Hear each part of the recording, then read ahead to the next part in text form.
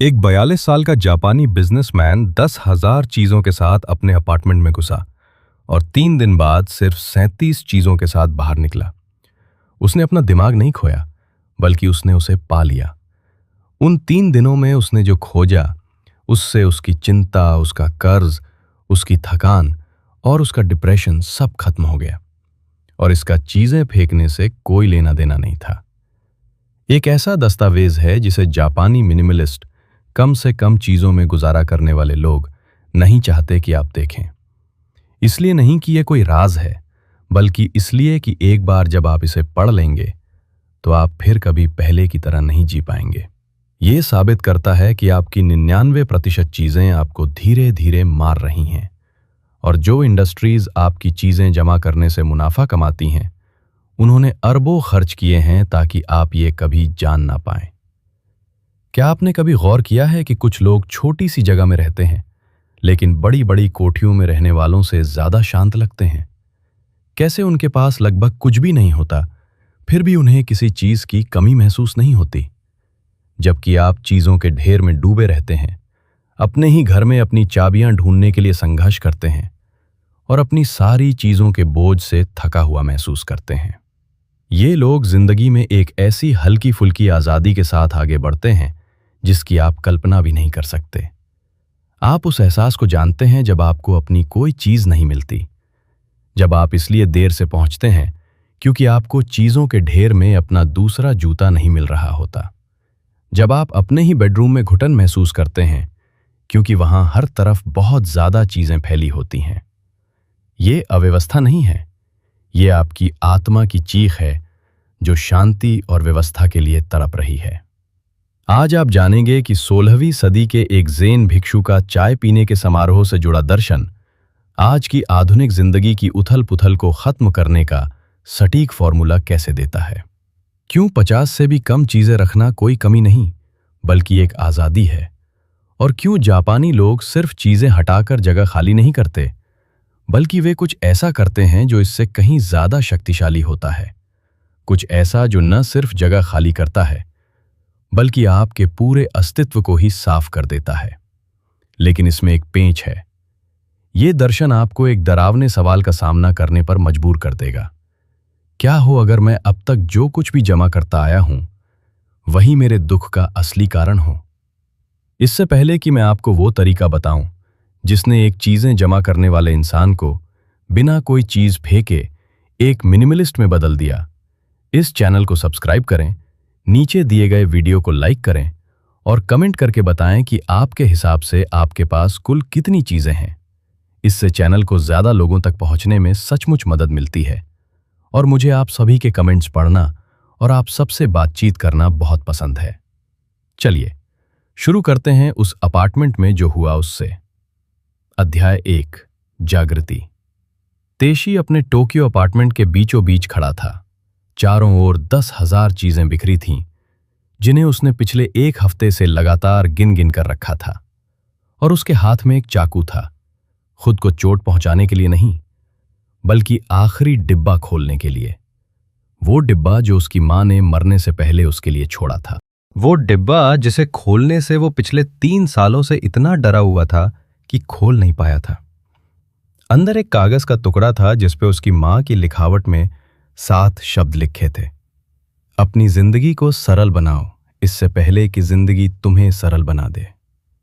तेशी बिल्कुल आप जैसा था, एक सफल मार्केटिंग एग्जीक्यूटिव, अच्छी तनख्वाह, बढ़िया अपार्टमेंट और पूरी तरह से दुखी। उसके पास वो सब कुछ था जो समाज कहता था कि उसे खुश रखेगा। डिजाइनर कपड़े, 67 पीस जो उसने कभी नहीं पहने, टेक्नोलॉजी, 4 लैपटॉप, 3 टैबलेट, 5 कैमरे जिन पर धूल जम रही थी, किताबें 312 बिना पढ़ी हुई, खाना पकाने के उपकरण जो उसने कभी नहीं किए, मेहमानों के लिए फर्नीचर जो कभी आए ही नहीं। उसकी सुबह की दिनचर्या 67 विकल्पों में से क्या पहनना है ये तय करने में 45 मिनट। शाम को उसकी दिनचर्या शॉपिंग ऐप स्क्रॉल करना और खालीपन को भरने के लिए और चीजें खरीदना थी। सप्ताहांत में उसकी दिनचर्या कैंसर की तरह बढ़ती हुई चीजों को व्यवस्थित करना थी। उसकी मां का ताबूत खोलने से 3 हफ्ते पहले ही सब कुछ बदल गया। एक डिपार्टमेंटल स्टोर में तेशी को पैनिक अटैक आया। तनाव के कारण नहीं, बल्कि इसलिए कि वो एक साधारण काली टी शर्ट खरीदने गया था और उसके सामने 127 विकल्प थे। सिर्फ काली टी शर्ट, बस काली टी शर्ट। उसका दिमाग काम करना बंद कर दिया। सुरक्षा कर्मियों ने उसे जमीन पर बैठा पाया। वो हिल भी नहीं पा रहा था और उसकी आंखों से आंसू बह रहे थे। डॉक्टर ने उसे गंभीर निर्णय थकान के कारण विश्लेषण पक्षाघात बताया। इसका मतलब है उसका जीवन इतना जटिल हो गया था कि उसका दिमाग काम करना बंद कर चुका था। उस रात तीशी ने कुछ ऐसा किया जो उसने 15 सालों में नहीं किया था। उसने अपनी मौसी, अपनी मां की बहन को फोन किया और पूछा। मां ने जब कांसों के बारे में बात की थी तो उनका क्या मतलब था? उसकी मौसी के जवाब ने न्यूनतमवाद के बारे में उसके सारे ज्ञान को चकनाचूर कर दिया। तुम्हारी मां नहीं चाहती थीं कि तुम चीजों को फेंक दो टीशी। वो चाहती थीं कि तुम ये समझो कि तुम्हें उन चीजों की जरूरत असल में क्यों थी। कांसों का मतलब ये नहीं है कि तुम्हारे पास चीजें कम हो। इसका मतलब है कि तुम्हें चीजों की जरूरत ही कम हो। और तुम अपनी जरूरतें तब तक कम नहीं कर सकते जब तक तुम ये ना समझ लो कि तुम असल में किस खालीपन को भरने की कोशिश कर रहे हो। तीशी ने वो पूरी रात कांसों पर रिसर्च करते हुए बिताई, जो सादगी का एक जापानी सिद्धांत है। और उसे जो पता चला वो सिर्फ चीजों को हटाने का कोई तरीका नहीं था, बल्कि ये एक पूरा का पूरा जीवन दर्शन था। इस बारे में कि इंसान अपनी जिंदगी को इतना उलझा क्यों लेते हैं और इस उलझन को कैसे दूर किया जा सकता है। कांसों के बारे में जानने से पहले तीशी को सुबह तैयार होने में ही 45 मिनट लग जाते थे और फिर भी उसे कुछ अधूरा सा महसूस होता था। काम पर जाते समय उसका मन काम, अपनी चीजों और जिंदगी से जुड़ी चिंताओं और घबराहट से भरा रहता था। काम की जगह पर वो बाहर से तो बहुत कामयाब दिखता था, लेकिन अंदर ही अंदर वो घुट रहा था। घर पर वो 10,000 से भी ज्यादा चीजों से घिरा रहता था, लेकिन फिर भी उसे पूरी तरह से अकेलापन महसूस होता था। नींद 4-5 घंटे के टुकड़ों में आती थी, दवाइयों पर निर्भर थी और घुटन भरे बुरे सपनों से भरी होती थी। वो 850 वर्ग फुट के कमरे में रहता था, जो उसे 8 वर्ग फुट जैसा लगता था। हर सतह सामान से भरी थी, हर दराज ठसाठस भरा था, हर अलमारी सामान से लबालब भरी थी। उसका अपार्टमेंट उसकी आंतरिक उथल पुथल का भौतिक रूप था, लेकिन उसे अभी तक इस बात का एहसास नहीं था। अध्याय 2, कांजो का सिद्धांत, सादगी। उस रात तेशी ने जो खोजा वो पश्चिमी लोगों के लिए अकल्पनीय लग सकता था। जापानी चाय समारोह के गुरु रिकू ने 1500 के दशक में एक ऐसा सूत्र विकसित किया था जिसने 21वीं सदी की उपभोक्ता संस्कृति का 400 साल पहले ही सटीक निदान कर लिया था। कांजो का अर्थ है सार तक पहुंचने के लिए निरसन। रिकू ने सिखाया कि सुंदरता और शांति किसी जोड़ से नहीं, बल्कि किसी निरसन से उत्पन्न होती है। एक चाय समारोह कक्ष में चाय समारोह के लिए ठीक वही होता है जो आवश्यक है, इससे अधिक कुछ नहीं। इसलिए नहीं कि अधिक बदसूरत होगा, बल्कि इसलिए कि अधिक हिंसा होगी। हिंसा, इस शब्द ने तेशी को एकदम स्तब्ध कर दिया। रिकू ने लिखा, आपके आसपास की हर अनावश्यक वस्तु आपकी चेतना पर अत्याचार है। ये ध्यान आकर्षित करती है, ये निर्णय लेने की मांग करती है, ये संबंध बनाती है, और चेतना की क्षमता सीमित होती है। इसे वस्तुओं से भर दो तो जीवन के लिए कोई क्षमता नहीं बचेगी। तेशी ने नए नजरिए से अपने अपार्टमेंट के चारों ओर देखा। हर वस्तु तटस्थ नहीं थी, हर वस्तु सक्रिय रूप से उसकी मानसिक ऊर्जा को खत्म कर रही थी। 67 कपड़ों का मतलब 67 दैनिक छोटे छोटे निर्णय, 312 बिना पढ़ी किताबें, 312 दैनिक अपराध बोध के बराबर, 4 लैपटॉप, 4 दैनिक रखरखाव की चिंताओं के बराबर, सैकड़ों ऐसी वस्तुएं जिनकी कभी जरूरत पड़ सकती है, निरंतर निम्न स्तरीय तनाव के बराबर। उसकी 10,000 वस्तुएं नहीं थीं, वे उसकी चेतना में 10,000 खुले ब्राउजर टैब थे। इसमें कोई आश्चर्य नहीं कि उसका दिमाग चरमरा रहा था, लेकिन जिस बात ने उसे तोड़ दिया वो ये थी। उसकी मां वर्षों से उसे समझाने की कोशिश कर रही थी, तेशी, तुम्हें और अधिक की नहीं, कम की जरूरत है। उसने इसे आलोचना के रूप में, आधुनिक जीवन की उसकी समझ की कमी के रूप में, पुराने जमाने की सोच के रूप में समझा था। वो आलोचना नहीं कर रही थी, वो उसे बचाने की कोशिश कर रही थी और वो धन संचय में इतना डूबा हुआ था कि उसकी बात सुन ही नहीं पा रहा था। स्टैनफोर्ड के एक न्यूरोसाइंटिस्ट जो 19 वर्षों से संज्ञानात्मक भार का अध्ययन कर रहे हैं बताते हैं, आपके परिवेश में हर वो वस्तु जिसका आप सक्रिय रूप से उपयोग नहीं करते हैं संज्ञानात्मक संसाधनों का उपयोग करती है। आपका मस्तिष्क उसे ट्रैक करता है, वर्गीकृत करता है, उसके बारे में निर्णय लेता है, भले ही आप उसके बारे में सचेत रूप से न सोच रहे हों। उच्च घनत्व वाली वस्तुओं से भरे वातावरण में रहने वाले व्यक्तियों में सरल वातावरण में रहने वाले व्यक्तियों की तुलना में संज्ञानात्मक प्रदर्शन में 40% की कमी और तनाव हार्मोन में 70% की वृद्धि देखी गई। वस्तुएं तटस्थ नहीं हैं, वे सचमुच आपको कम बुद्धिमान और अधिक चिंतित बना रही हैं। तेशी ने महसूस किया कि न्यूनतमवाद एक सौंदर्य बोध नहीं था, ये अस्तित्व का एक तरीका था। कुछ भी फेंकने के बजाय तेशी ने वही किया जो रिकू ने सिखाया था। वो अपने कमरे के केंद्र में बैठ गया, अपनी आंखें बंद कर ली, उस स्थान को पूरी तरह से खाली होने की कल्पना की, फिर एक एक करके केवल वही चीजें वापस रखीं जो उसके वास्तविक जीवन के लिए उपयोगी थीं। बाकी सब कुछ हिंसा थी। उसने ये अभ्यास रात 11 बजे शुरू किया और सुबह 4 बजे तक जारी रहा। परिणाम ने उसे चौंका दिया। 10,000 वस्तुओं में से केवल 127 ही अभ्यास के बाद बची रहीं। बाकी सब कुछ भविष्य की काल्पनिक वस्तुएं निकली। मैं वो इंसान बनना चाहता था जो मैं बनना चाहता था। पुरानी पहचान के बंधन, अपने अतीत की यादें, डर का बीमा, क्या पता कभी इसकी जरूरत पड़ जाए, या भावनात्मक दवा, इसे खरीदने से अच्छा लगेगा। इनमें से किसी ने भी उसके वर्तमान जीवन में कोई काम नहीं किया। अध्याय 3, सेजाकू का सिद्धांत। शांति। तेशी के रूपांतरण के दूसरे दिन कुछ और भी अजीब बात सामने आई। वस्तुओं को हटाना ही काफी नहीं था, क्योंकि वस्तुएं लक्षण थीं, कारण नहीं। उसने रिकू के दूसरे सिद्धांत सेजाकू यानी शांत स्थिरता को खोजा।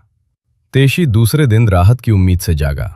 उसने मानसिक रूप से 9,873 वस्तुओं को हटा दिया था, लेकिन इसके बजाय उसे आतंक महसूस हुआ, क्योंकि वस्तुओं के चले जाने से कम मानसिक रूप से वो आखिरकार उस चीज को महसूस कर सका जिसे वो दबा रहा था, पूर्णतः घुटन भरी खालीपन।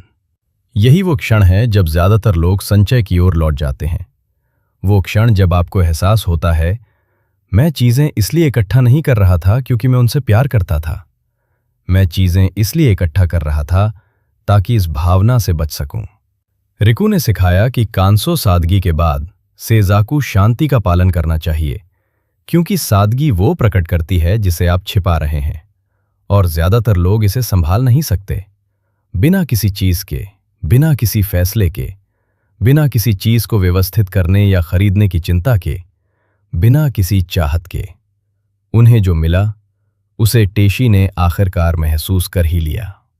वो चीज जिससे वो पिछले 15 सालों से भाग रहा था, शोक। अपनी मां की मौत का वो गहरा अनसुलझा शोक। रिश्तों के बजाय अपने करियर को ज्यादा अहमियत देने का पछतावा। वे बातें जो कभी हो ही नहीं पाईं, उनका अफसोस।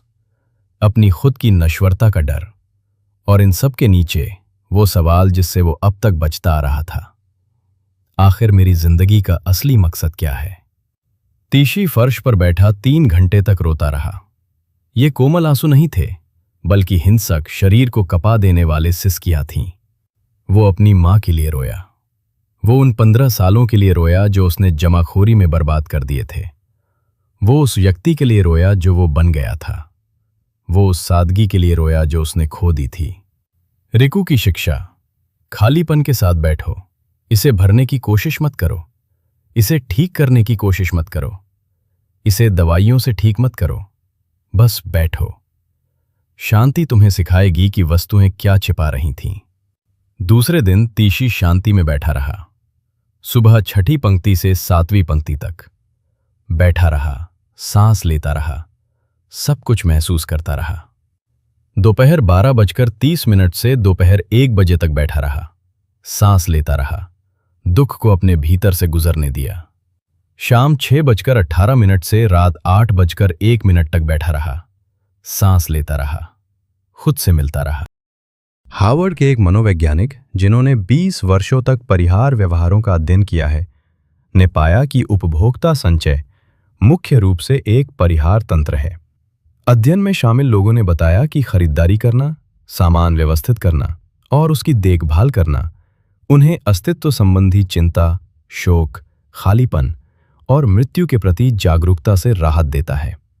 जब सामान हटा दिया जाता है और उन्हें उभरती भावनाओं के साथ बैठने के लिए निर्देशित किया जाता है, तो 85% लोगों ने पहले घबराहट महसूस की, जिसके बाद गहन भावनात्मक प्रक्रिया हुई और अंततः राहत मिली। सामान उन्हें खुश नहीं कर रहा था, वे उन्हें दुख को समझने से रोक रहे थे। 6 घंटे बैठने के बाद कुछ बदल गया। शोक गायब नहीं हुआ, वो रूपांतरित हो गया। तीशी ने महसूस किया, मेरी माँ ने मुझे एक कागज का टुकड़ा इसलिए दिया था क्योंकि वो चाहती थी कि मैं ये सीखूं। जटिलता टालमटोल है, सरलता उपस्थिति है, और उपस्थिति ही वो जगह है जहां वास्तव में जीवन घटित होता है। अध्याय 4, मई का सिद्धांत, खालीपन। तीसरा दिन। तीशी ने पाया कि जापानी मिनिमलिज्म पश्चिमी अव्यवस्था दूर करने से पूरी तरह अलग क्यों है। माँ, खालीपन की सुंदरता। पश्चिमी अव्यवस्था दूर करने में अधिक वस्तुओं के लिए अधिक स्थान बनाने के लिए वस्तुओं को हटाया जाता है। जापानी माँ सिखाता है कि खालीपन किसी चीज की अनुपस्थिति नहीं है, खालीपन ही कुछ है। रीकू ने सिखाया कि चाय के कमरे का सबसे महत्वपूर्ण हिस्सा चाय, प्याला या समारोह नहीं है, ये खालीपन है। क्योंकि खालीपन ही वो जगह है जहां सांस ली जाती है, विचार जन्म लेते हैं, सुंदरता प्रकट होती है और जीवन प्रवाहित होता है।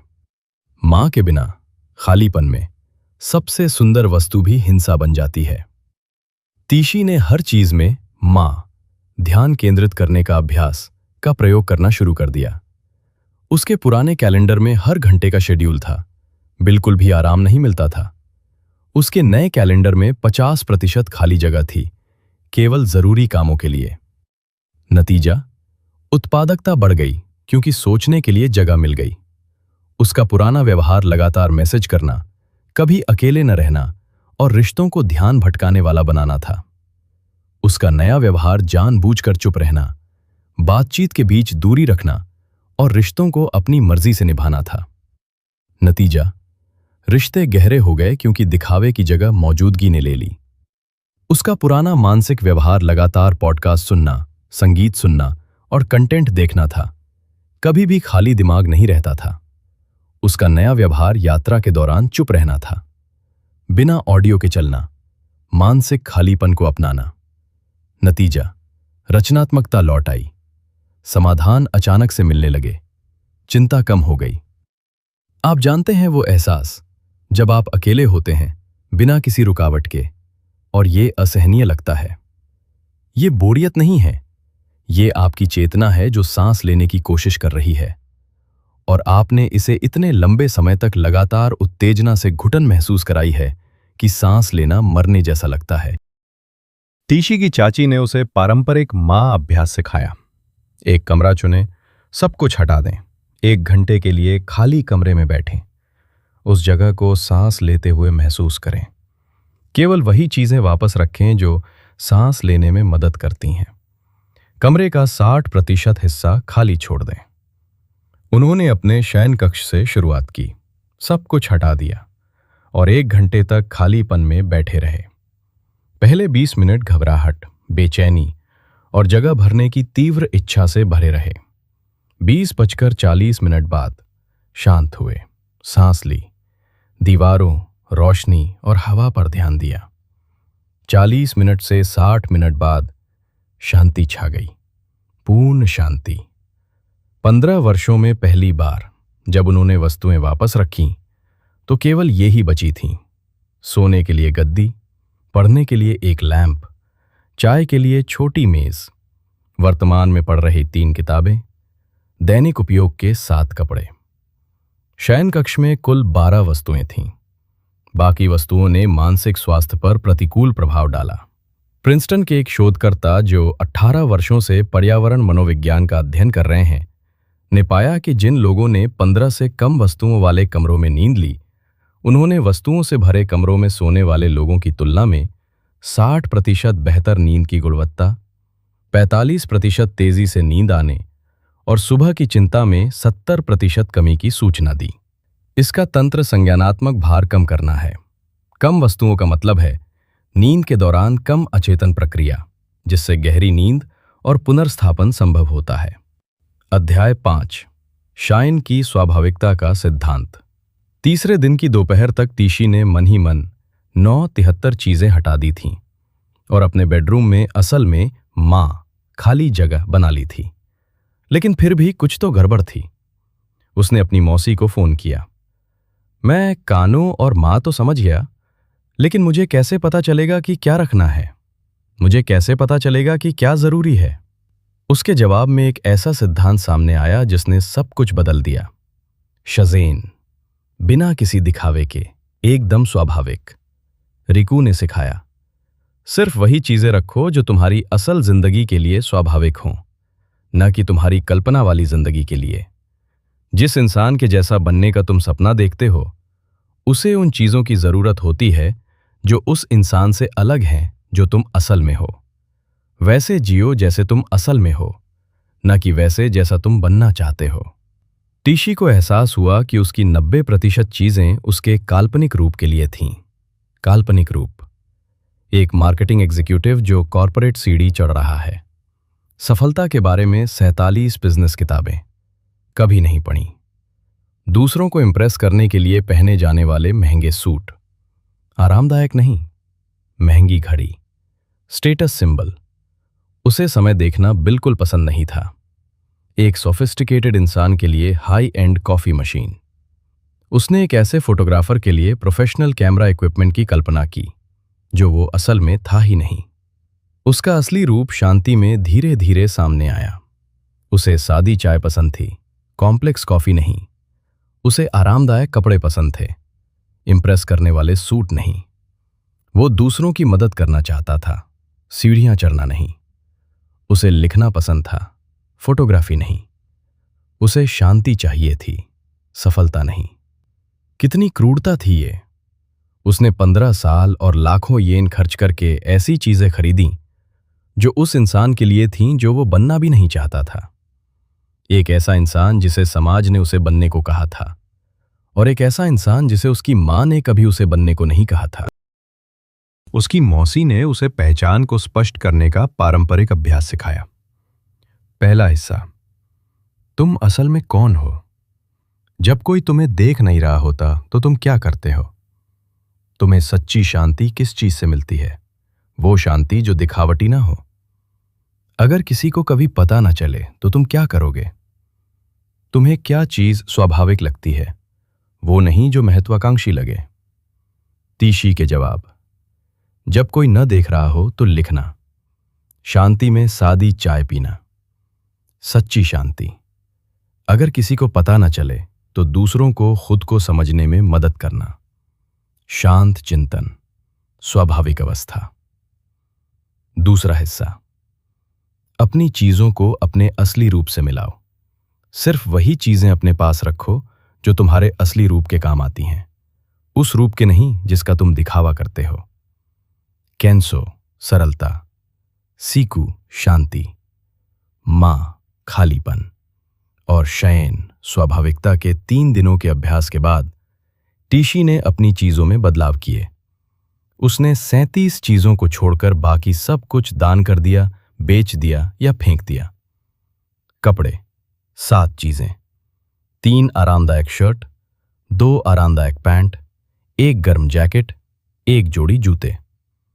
रहने सहने की चीजें 15 चीजें, फुटॉन, गद्दा, छोटी मेज, कुशन, चाय का सेट, केतली और कप, 3 कटोरियां, 3 प्लेटें, चॉपस्टिक्स, लैंप, नोटबुक और 1 पेन।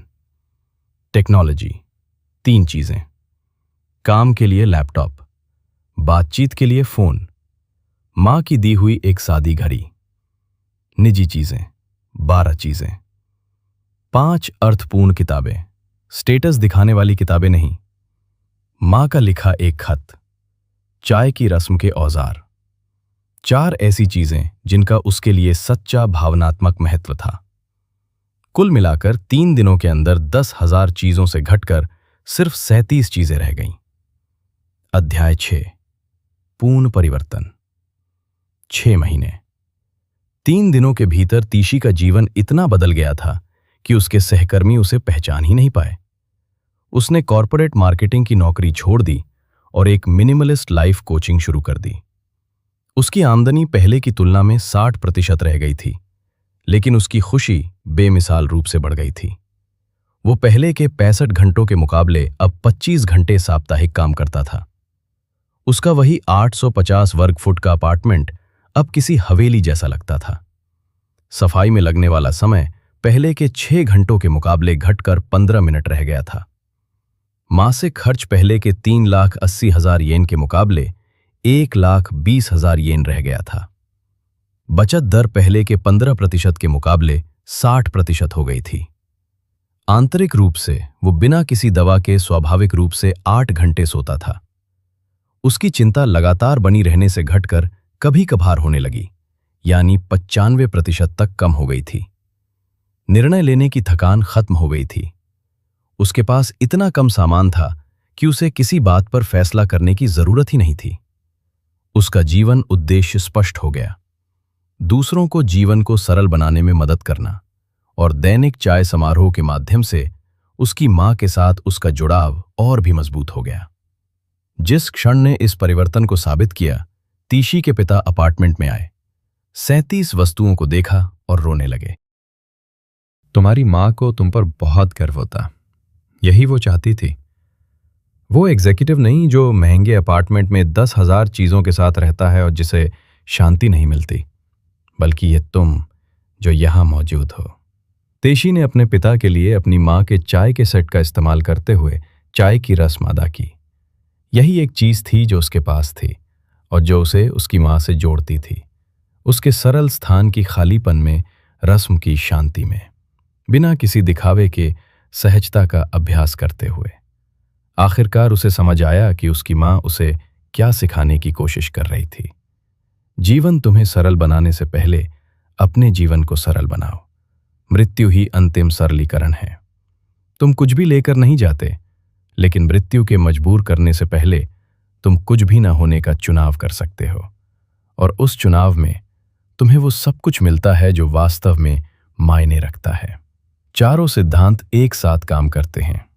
सरलता, उन वस्तुओं को हटाओ जो मानसिक हिंसा पैदा करती हैं। शांति का आह्वान करो, उन चीजों के साथ बैठो जिन्हें वस्तुएं छिपा रही थीं। खालीपन, जीवन को सांस लेने और बहने के लिए जगह बनाओ। केवल वही रखो जो तुम्हारे वास्तविक स्वरूप की सेवा करता हो। तेशी अब उन लोगों को जापानी मिनिमलिज्म सिखाता है जो ढेर सारी चीजों में डूबे हुए हैं। उनका पहला सवाल था, आपकी कितनी चीजें उस जिंदगी के काम आती हैं जो आप असल में जी रहे हैं, न कि उस जिंदगी के जिसे आप सिर्फ दिखावे के लिए जी रहे हैं। ज्यादातर लोग इसका जवाब नहीं दे पाते, क्योंकि उन्हें इन दोनों के बीच का फर्क ही नहीं पता होता। अध्याय 7, जटिलता के बारे में सच। तेशी ने एक ऐसी बात जानी जिसे ज्यादातर लोग कभी समझ ही नहीं पाते।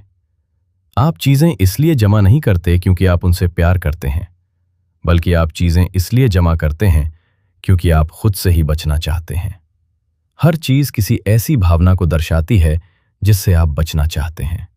शॉपिंग का मतलब है खालीपन का इलाज करना।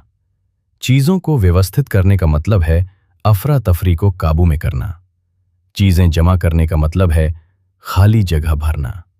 शायद कभी काम आ जाए सोचकर चीजें रखने का मतलब है डर को संभालना। स्टेटस दिखाने वाली चीजें खरीदने का मतलब है दूसरों से तारीफ पाना। पश्चिमी उपभोक्ता संस्कृति का सच सामने आया। लोगों को खुद से दूर रखो और वे हमेशा खरीदते रहेंगे। ऐसे प्रोडक्ट बनाओ जो खालीपन को भरने का वादा करे, जबकि असल में वे उसे और गहरा कर देते हैं।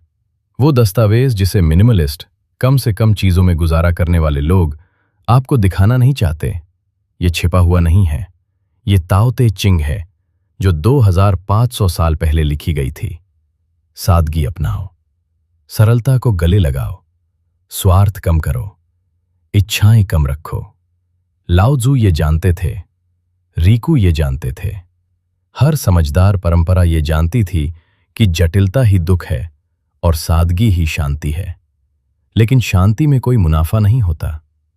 टीशी ने हिसाब लगाया कि 15 सालों में 10,000 चीजें खरीदने में उन्हें $4,05,00,000 खर्च करने पड़े।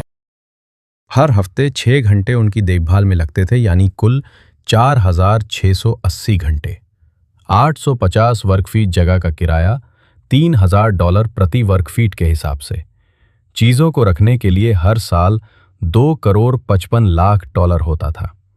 इसके अलावा बेहिसाब चिंता, फैसले लेने की थकान, मां के साथ बिगड़े रिश्ते और जीवन का कोई साफ मकसद ना होना। कुल मिलाकर उनकी जिंदगी के 15 सालों में लगभग $70 मिलियन खर्च हुए। किस लिए? उन चीजों के लिए जो दराजों में पड़ी थीं और जिन्हें उन्होंने कभी खोला भी नहीं। कोलंबिया यूनिवर्सिटी के एक रिसर्चर ने, जिन्होंने 21 सालों तक उपभोक्ता व्यवहार का अध्ययन किया है, पाया कि एक आम अमेरिकी घर में 3 लाख चीजें होती हैं। लोग हर हफ्ते 12 घंटे अपनी चीजों को संभालने, साफ सफाई करने, उन्हें व्यवस्थित करने, ढूंढने और उनकी देखभाल करने में बिताते हैं। पूरी जिंदगी में ये 7.2 साल के बराबर होता है। वे उन चीजों की सेवा करते हैं जिन्हें असल में उनकी सेवा करनी चाहिए थी। ये उलटफेर पूरा हो चुका है। इंसान अपनी चीजों के गुलाम बन गए हैं। अध्याय 8, आगे का रास्ता। आपको टीशी की तरह 3 दिन इंतजार करने की जरूरत नहीं है। आप अभी से जापानी मिनिमलिस्ट जीवन शैली अपनाना शुरू कर सकते हैं। पहला हफ्ता, कानो, सादगी का अभ्यास। अभी कोई भी चीज फेंके नहीं, बस देखने का अभ्यास करें।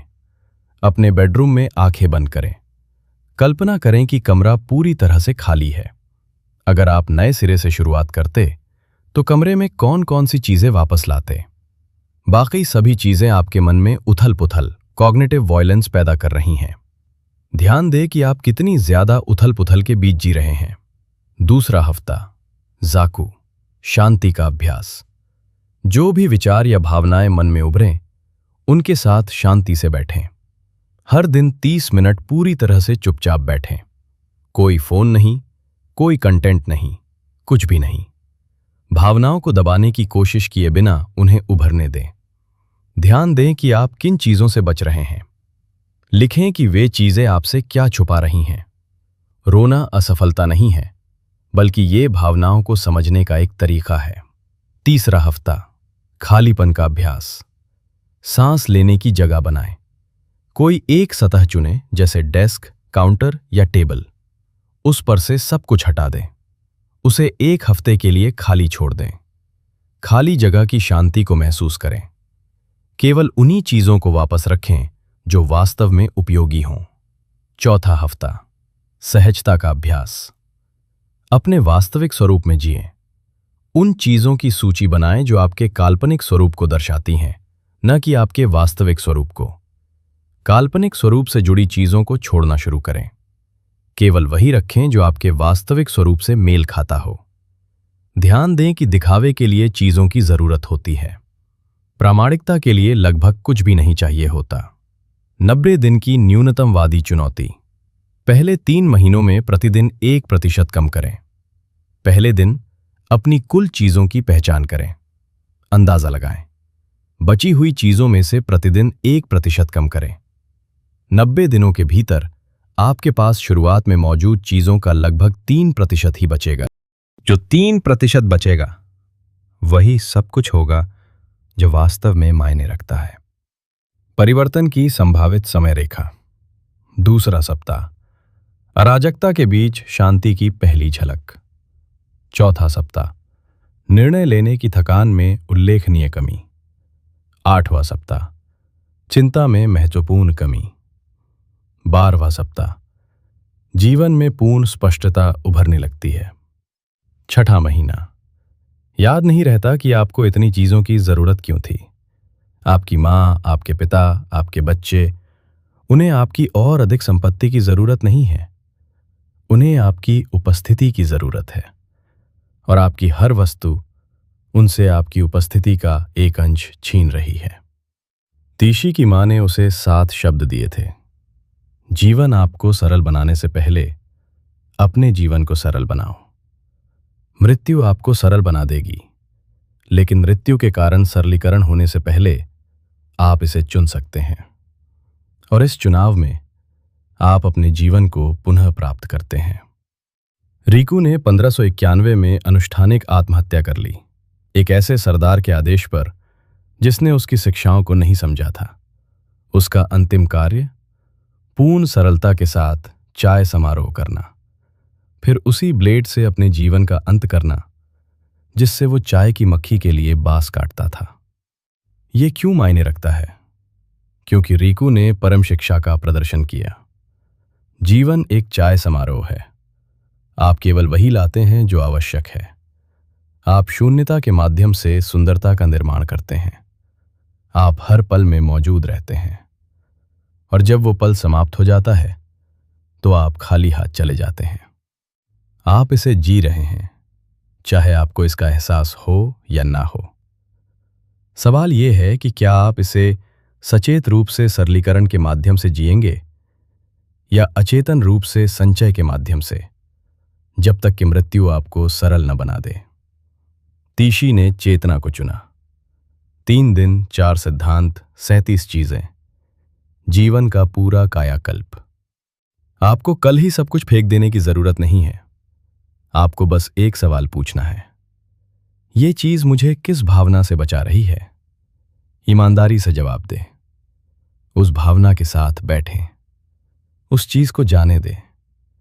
देखें कि आपका जीवन कैसे सरल हो जाता है।